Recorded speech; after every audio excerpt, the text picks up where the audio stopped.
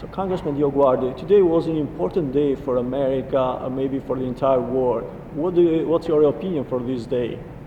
Well, first, I'm so happy that it was so successful, because this day, the inauguration day of a new president, shows that America knows how to transfer the power from one administration to another. And you know, we've had 8 years now of President Obama.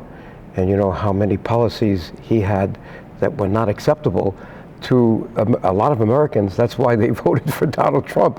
So we have a new president, not only of a different party, Republican, Obama was a Democrat, but he has new ideas, big ideas about how we have to change foreign policy, how we have to change domestic policy. Domestic, he wants to change the healthcare system. Foreign, he wants to be sure that the other countries pay for their share of our defending them, and that would be NATO. So what you witnessed today was the strength of American democracy, that we could go from one administration to another where they were very, very different, and it was done so peacefully. We don't see that, you know, around the world. Right now, there's a country in Africa, I think it's Gambia, the president lost and he refuses to give up the power. So, I mean, that's an exaggerate, you know, a radical example. Now, what does this mean to the Albanian people? I think what we have to reflect on, and we're in the right room to do this. You've looked around this beautiful room. This is the Foreign Affairs Committee room of the House of Representatives. And on the walls around us are the great chairmen who allowed us to do the work we did. We have Dante Fascell, the Italian-American who was here when I became a congressman. Without him, we would not have had the first hearing. And why was he important? Because I dealt with him before I came to Congress. I was active in the affairs of the Italian people before I came to Congress. Many Italians didn't know I had this Albanian background. And then in 1994, we had Gilman. And Gilman then gave us the power we needed to deal with the problems in Macedonia, the problems of the University at Titova, and the referendum, and the education of the Albanian people there.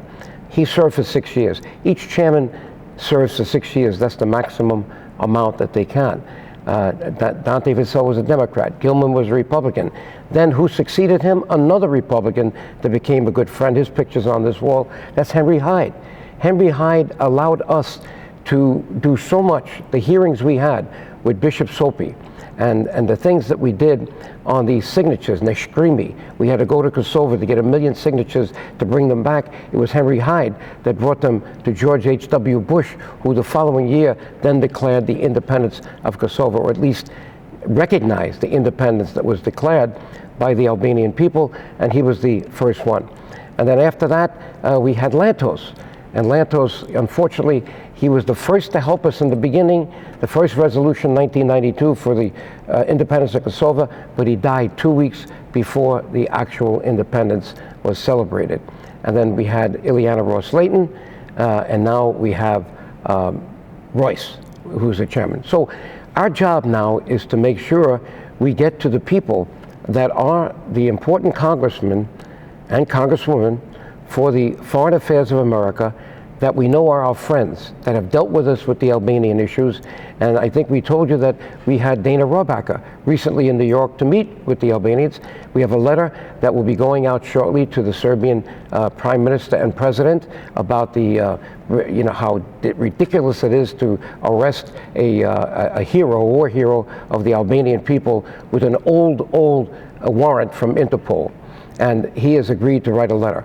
And now we have an agreement from him that we will do a hearing and make sure that the problems of Eastern or Southeastern Europe, mainly the Balkans, of all the Albanian people are at least heard by the Congress, so we can make sure that the independence of Kosovo is kept strong, Albania is kept democratic, that in Macedonia, the election that we just had is going to be judged fairly so that the Albanians get equal rights. And to do that, they have to make sure that they stand together, all the parties, because the Slavs now are divided between Zaev and Gruevski. So we have our work to do, but we also have our friends here. And Trump is the president, but he's not the one to be concerned right now with the foreign policies for the Albanian people. He will hear from our friends in Congress as we have these hearings, and I think we're going to have big success with Trump. He's a Republican. He's one that believes in freedom and democracy. What do you think is going to change in the relations between America and the Albanians, in particular with the relations between Trump administrations and Albanians? I don't think anything's going to change because we have our friends in Congress. The beauty of this system is that we're not a parliamentary system where when a new leader comes in, everything changes on the bottom. No. So Congress is going to stay because, don't forget, the Republicans now have both houses, Senate and the House, in the Congress, and we have our friends positioned in both areas. We have Schumer, Democrat. We have McCain, Republican.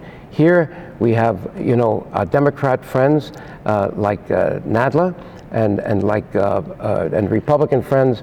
We have Dana Rohrabacher and Chairman Royce, and Ileana Ross-Layton, whose picture is right above me. So I don't believe that we need to be concerned, but we have to be prepared, and that's important. The lobby is prepared. Joe Dioguardi and Shirley Cloyes are ready to do our job. That's why we were here for the inauguration. That's why we sat in the best section with the seats. We wanted the people to know that we're still around.